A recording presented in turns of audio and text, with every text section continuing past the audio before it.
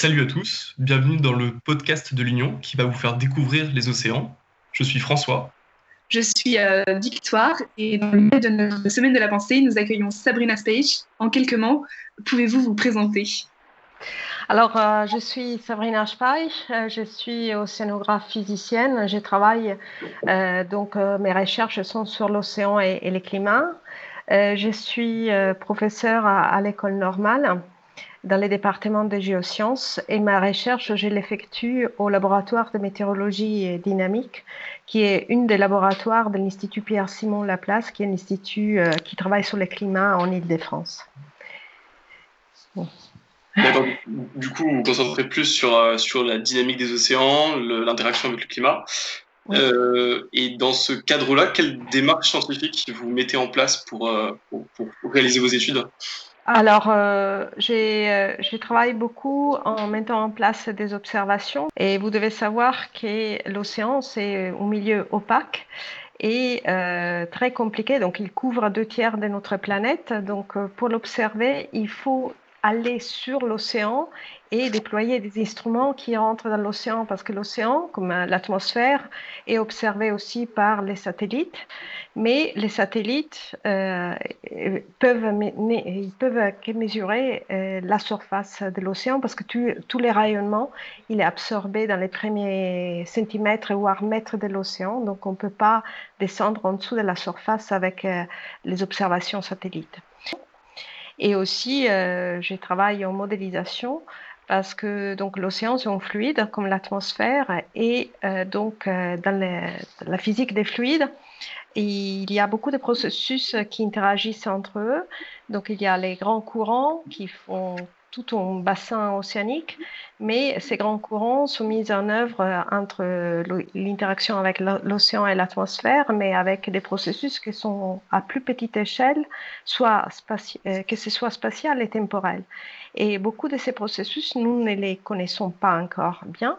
Et donc, nous travaillons pour chercher de mieux les comprendre, pour ensuite les traduire mathématiquement dans des modèles, améliorer les modèles, qui sont des modèles qui peuvent servir à la prévision du temps jusqu'au scénario climatique. Et ça aide l'homme aujourd'hui à s'adapter au changement climatique.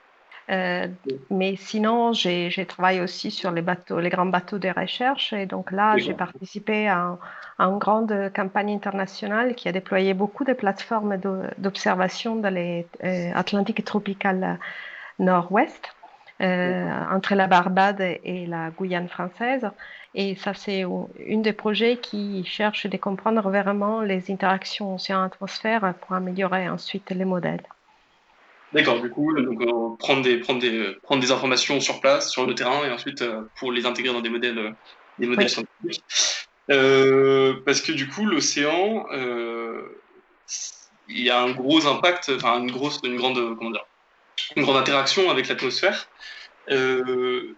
Au niveau des échanges d'énergie thermique, j'ai vu ça, au niveau des échanges d'énergie dynamique et aussi de l'eau. Quelle est l'influence directe des océans sur le climat et sur l'atmosphère? Alors, si vous regardez l'allure de la température de la surface terrestre, de la surface vers l'altitude, là, dans la bande, dans la couche où il y a tous les événements météorologiques qui s'appelle troposphère et qui est la plus proche à la Terre, ben, vous verrez que la température la plus haute est proche de la surface de la Terre et pas en altitude. Et ça, c'est parce que l'atmosphère n'absorbe pas les rayonnements solaires directement, mais elle absorbe les rayonnements qui est transformé, donc solaire, qui est transformé par la Terre en rayonnement infrarouge. Et donc, c'est les rayonnements terrestres qui réchauffent l'atmosphère. Et comme l'océan est les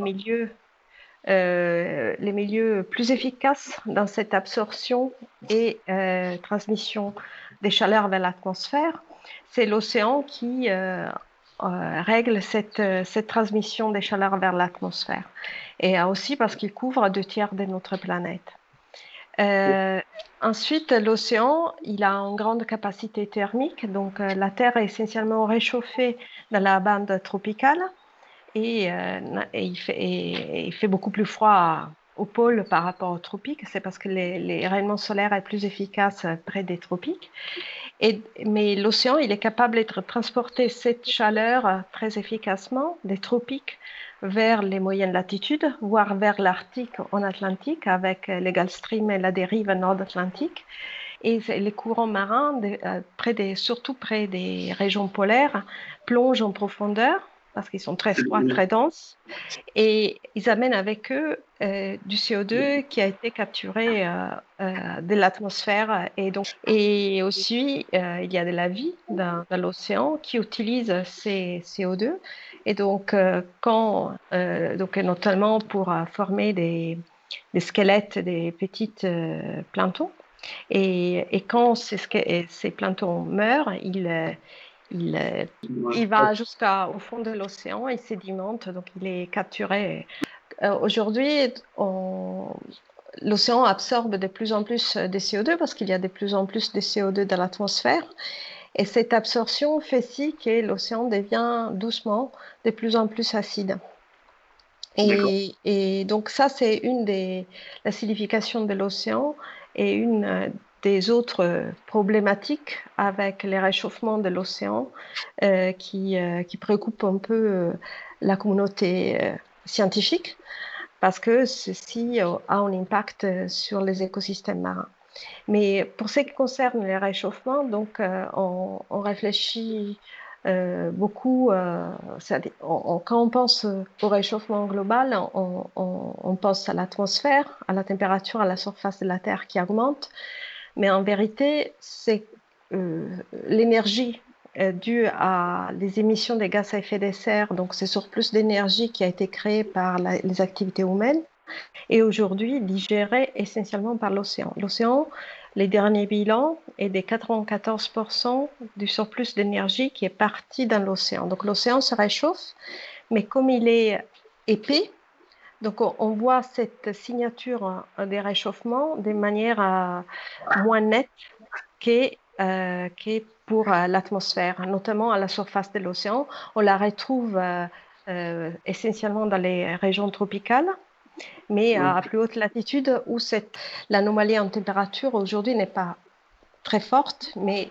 D'accord. Et du coup, les océans capturent et stockent, entre guillemets, l'énergie thermique, le surplus d'énergie thermique dû au réchauffement provoqué par le réchauffement climatique. Et est-ce que, en quoi c'est un problème? Est-ce qu'on peut considérer ça comme un problème pour nous parce qu'on n'a pas forcément la persuasion du réchauffement climatique tel qu'on le provoque? Est-ce que c'est suffisamment clair? Les conséquences du réchauffement de l'océan donc les impacts sont plusieurs. Donc les premiers, c'est par exemple l'augmentation du niveau de la mer. L'océan plus chaud, il se dilate, et donc environ 30% de l'augmentation du niveau de la mer à aujourd'hui est due à ce réchauffement de l'océan. Un autre effet de cet réchauffement, c'est donc il est capable de restituer plus de chaleur à l'atmosphère. Et notamment, il y a des régions notamment les régions tropicales où la chaleur reste proche de la surface, qui ont des anomalies des températures de plus en plus fortes.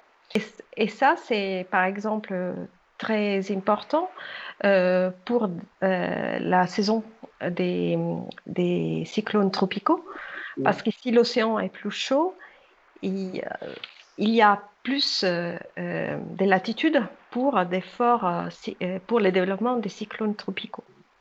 Ce qu'on semble voir aujourd'hui, c'est qu'il y a toujours des cyclones en nombre donné. Donc, il y a des saisons avec plus de cyclones et des saisons avec moins de cyclones par rapport à une année à une autre.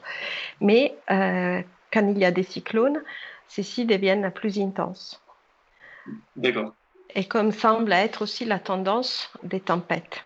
Les tempêtes semblent devenir plus intenses et aussi plus précipitantes. C'est un des problèmes qu'il y a eu justement pour Harvey, qui a inondé le Texas, qui est normalement une région désertique, c'est parce qu'il a amené énormément de pluie. D'accord. Et Des recherches sur les nuages d'Alizé et les petits tourbillons marins. Est-ce que ça vous permettrait de connaître la vitesse de ce réchauffement climatique sur les océans? La vitesse du réchauffement climatique sur les océans, on commence à avoir une très bonne mesure parce qu'on a des robots dans l'océan qui ont été déployés depuis les années 2000 et qui mesurent l'océan dans les premiers 2000 mètres. Aujourd'hui, il y en a. Et à partir de ces données qui sont encore éparses, mais ils couvrent tout l'océan global, on peut voir les cycles saisonniers et comment les réchauffements de l'océan varient d'une année à l'autre. Et à partir de quel point de réchauffement des océans ça peut devenir dangereux pour tout l'écosystème marin? Ça, ce n'est pas encore très très clair parce que les écosystèmes marins sont très différents, donc ça dépend aussi où on regarde. Ce qui semble quand même très clair déjà, c'est que les barrières corallines, elles sont tropicales, elles sont déjà en danger. Donc la grande barrière coralline australienne, elle est très endommagée, surtout dans sa partie plus chaude, celle plus proche des tropiques. Et ça, c'est essentiellement la température locale qui s'est élevée et les corails, il peut survivre jusqu'à une certaine température. Au-delà de ça, il blanchit et il meurt. Ce qui est aussi clair, c'est qu'il y a des migrations des poissons vers les régions, donc ils se déplacent vers une direction des pôles de quelques kilomètres par an, et par exemple sur les côtes africaines. Et cela semble qu'il soit dû à cet réchauffement aussi. Les mesures biologiques sont beaucoup plus complexes.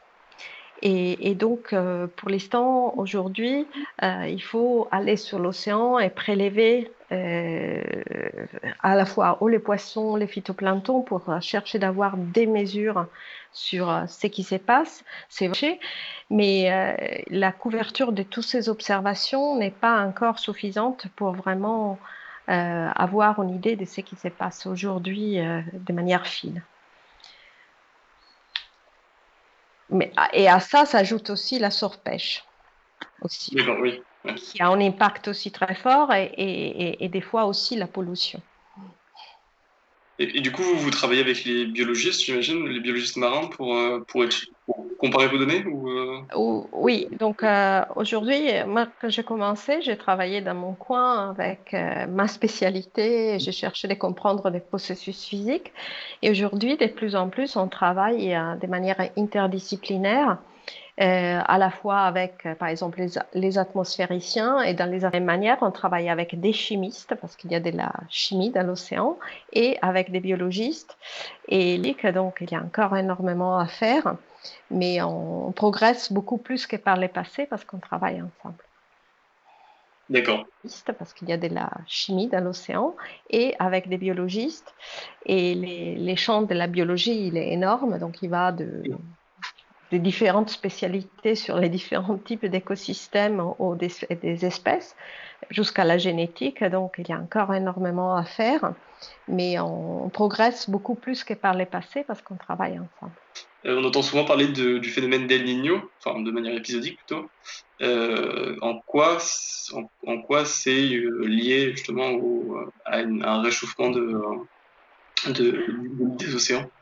Alors, les phénomènes El Niño, qui en vérité s'appelle El Niño Oscillation Australe, c'est un phénomène qui est couplé entre l'océan et l'atmosphère, c'est-à-dire c'est une interaction, un dialogue entre l'océan et l'atmosphère, essentiellement dans l'océan Pacifique, mais c'est un phénomène naturel.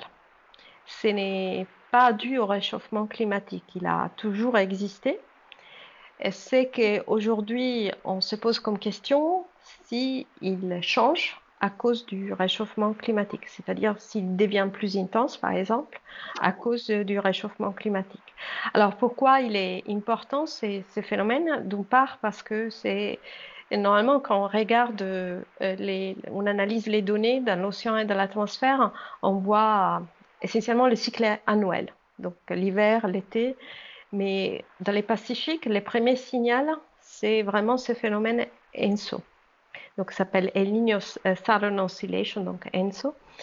Et c'est un phénomène vraiment très fort. Et donc, il y a eu beaucoup d'études parce que, d'une part, il affecte la pêche sur les continents américains, de l'océan Pacifique, mais aussi, comme il déplace les régions des pluies, par rapport à une année normale. Donc, il y a des inondations ou des sécheresses selon les pays.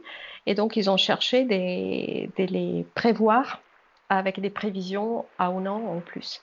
Et donc, c'était très compliqué de les prévoir. Et donc, il a fallu mettre des mouillages dans l'océan, des observations dans l'océan et une interface avec l'atmosphère pour nourrir les modèles avec ces données et chercher, comme les modèles des prévisions du temps, les faire rester proches de la réalité.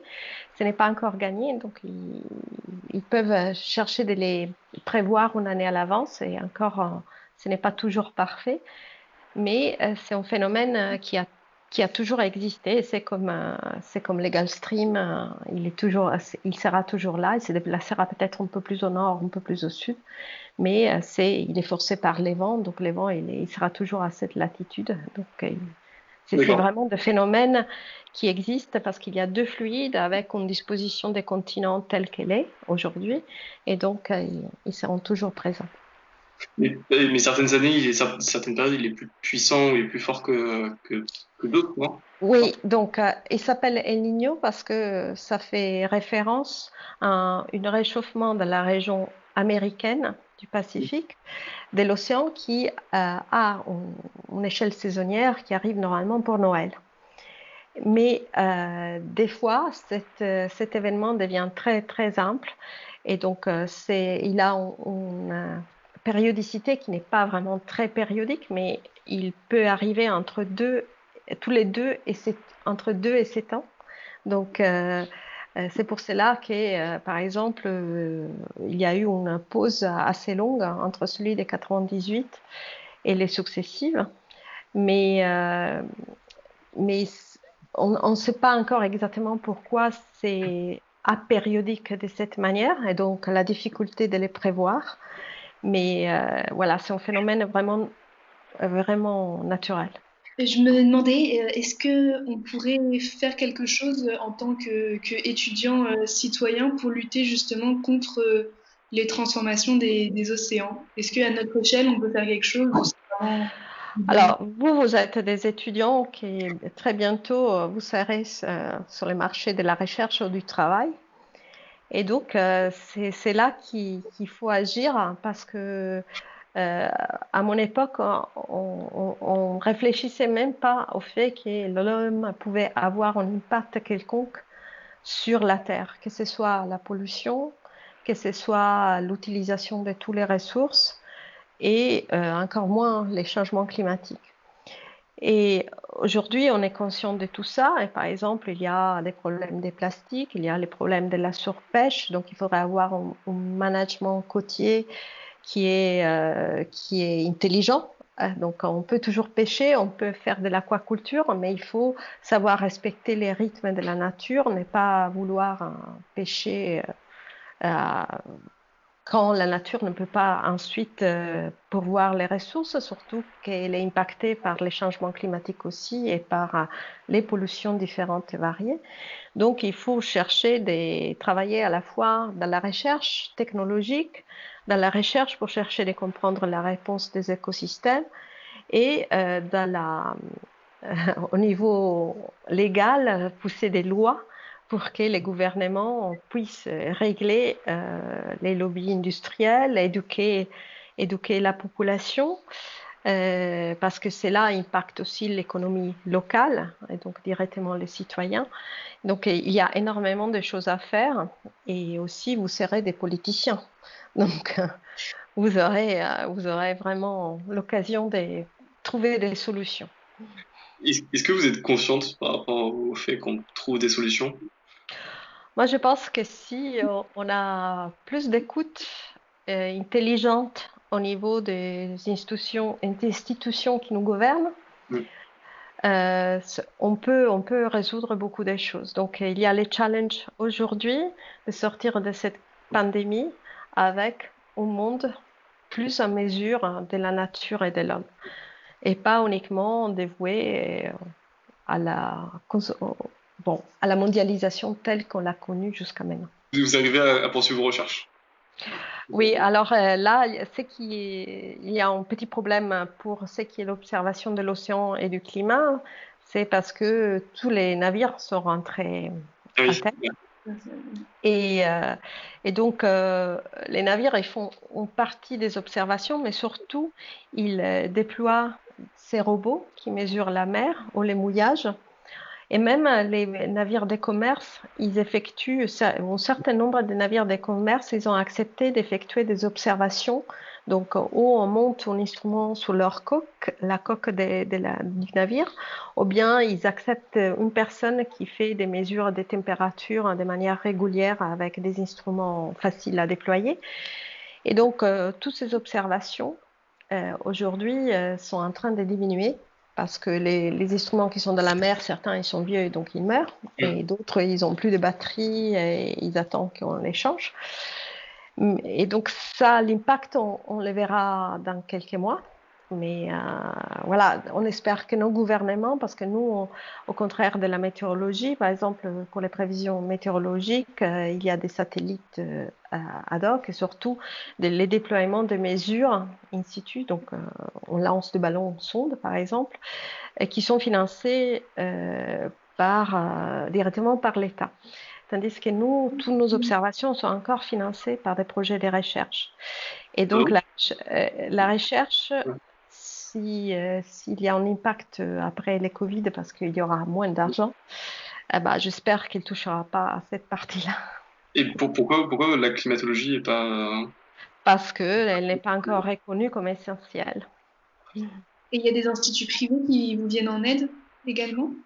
Avec bah, euh, alors, il y en a qui les font, on peut peut-être pour bonne conscience, Ah, ouais, c'est d'accord. des greenwashing, mais je pense qu'on peut faire plus. Ouais.